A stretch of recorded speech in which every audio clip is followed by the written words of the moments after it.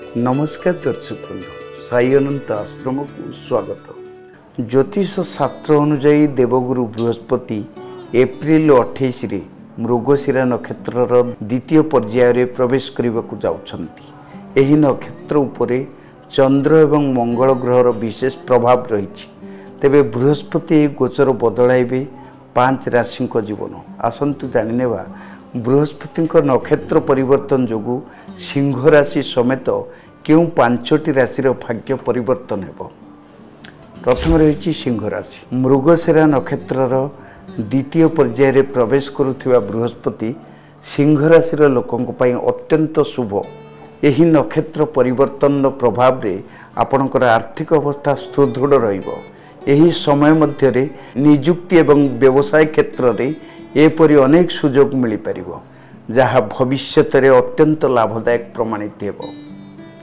एबे देखिबा तुला राशि। मृगशिरा नक्षत्र द्वितीय पर्याय प्रवेश करुथिबा बृहस्पति तुला राशि पई शुभ संकेत देउछंती। एही समय मध्य चाकरी रे बड़ सफलता मिल पारे एवं जो माने नुआ नियुक्ति खोजुछंती से माने भलो दरमारे चाकरी पाई परिबे। उच्च शिक्षा एवं विदेश जीवा पई योजना सफल होई पारे। परिचालना सहित जड़ित लोकों पई एही समय विशेष फलप्रद हेबो। विदेश यात्रार संभावना रही एवं प्रतियोगिता रे अंशग्रहण करुथिबा लोकों को सफलता मिलिबार संभावना रही। एबे देखिबा बिछा राशि। बिछा राशि व्यक्ति मानकु सेमानक जीवन साथी एवं परिवार रु पूर्ण समर्थन मिलिबो।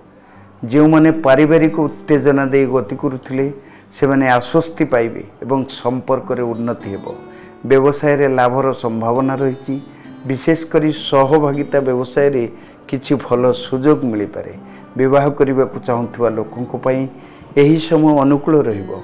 हठात आर्थिक लाभ आपणक मन को खुशी रखिबो एवं व्यवसाय रे सफलता पाइबे। एबे देखिबा धनुराशि। एही समय धनुराशि पई लाभदायक प्रमाणित हेबो। विशेषकर चाकरी करुथिबा लोकों को भल खबर मिल पारे एवं पदोन्नतिर संभावना रही। कर्म क्षेत्र रे प्रवेश सहयोगी रहिबो, जहाँ कार्यर सफलता आनीदेव। आपण को आर्थिक समस्या मुक्ति मिल पारे एवं जीवनर विलासपूर्ण जिनपत्र रे खर्च करिवार सुजोग मिलिबो।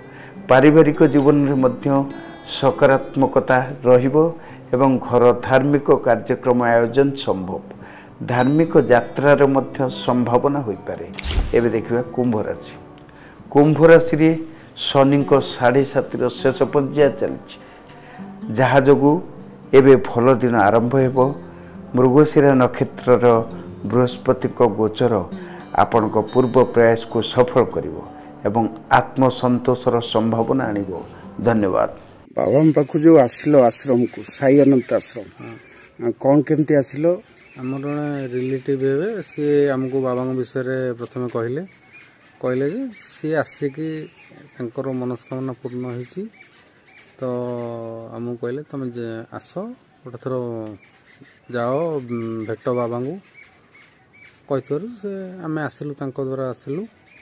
आसला परिवेश ठीक लगला। बाबा भी भल लोक किसी सेमती किसी ना ठाकुर को प्रकार से पूजा कले बर्तमान भल लगुच।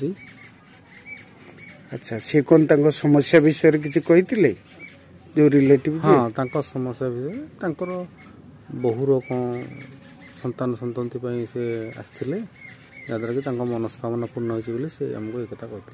बहुत असुविधा थिला। सुना जिनस गुड़ाक बंधा पड़ा सबू जी जहाँ पैसा आणुली से लगौली। भारी चिंतार थी। मो बाबा को देखिली। बाबा को जाकि कहली, बाबा मत उपचार कहले। तापर बाबा उपचार मानिला एबे सुना जिनस उकुले भारी आसिकी बाबा शरणापन्न होला मोर पारिवारिक पूरा डिस्टर्बेंस थी, जोटा कि बर्तमान अलमोस्ट सजाड़ी होगा। आग अपेक्षा इम्प्रूव होची, ग्रेजुअली इम्प्रूव कर फेसबुक रे नंबर पाइली बाबा संगे फोन रे कांटेक्ट कली। कांटेक्ट करके बाबा पाखु आसिली। मो सान झीर जोईर पड़ू नथिला, झगड़ा लगुला सब बेले। मु आसिलाठू 15 दिन है झील मोर शांति अच्छे।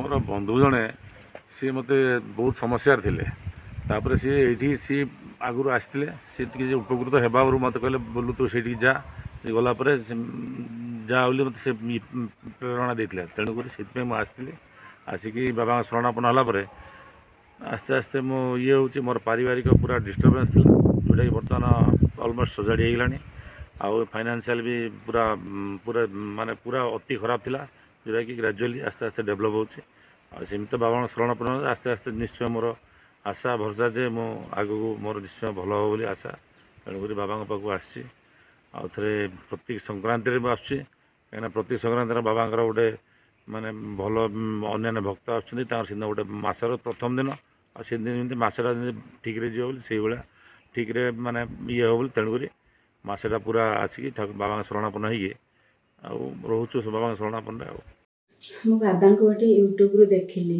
देखिकी जाइकी देखा कली तापर देखा करिया पर से मते पचारे आपणकर असुविधा कौन मु कहली मो स्वामी आसुना कि मते फोन भी करूना फोन ब्लॉक करके रखिसंती तापर बाबा कहले तुमको किछि करिया को पड़िबनी गोटे पूजा करिया को पड़िबो तापर मु सेथिरे राजी हेली तापर मु भी किछि बाबा को पचारली बाबा को पचारली केते टंका इतरे दरकार से कहले नाई तुम जहाँ तुम सक्षम अनुसार दब मु मात्र 500 टंका ही देइथिली पूजा करिया मात्रे मो स्वामी मते फोन ब्लॉक कर देथिले आ पैसा भी दौ नथिले पूजा करिया परे मात्र सप्ताह पर मो स्वामी मते फोन कले पैसा भी देले पैसा बहुत अभाव थिला धीरे धीरे सब समस्या समाधान हैला मो स्वामी कोरोना टाइम रे आसिकी 3 वर्ष मो पाखरे रहिले सब सुविधा है तापर मु बाबा को भूली गली बाबा को अणदेखा कली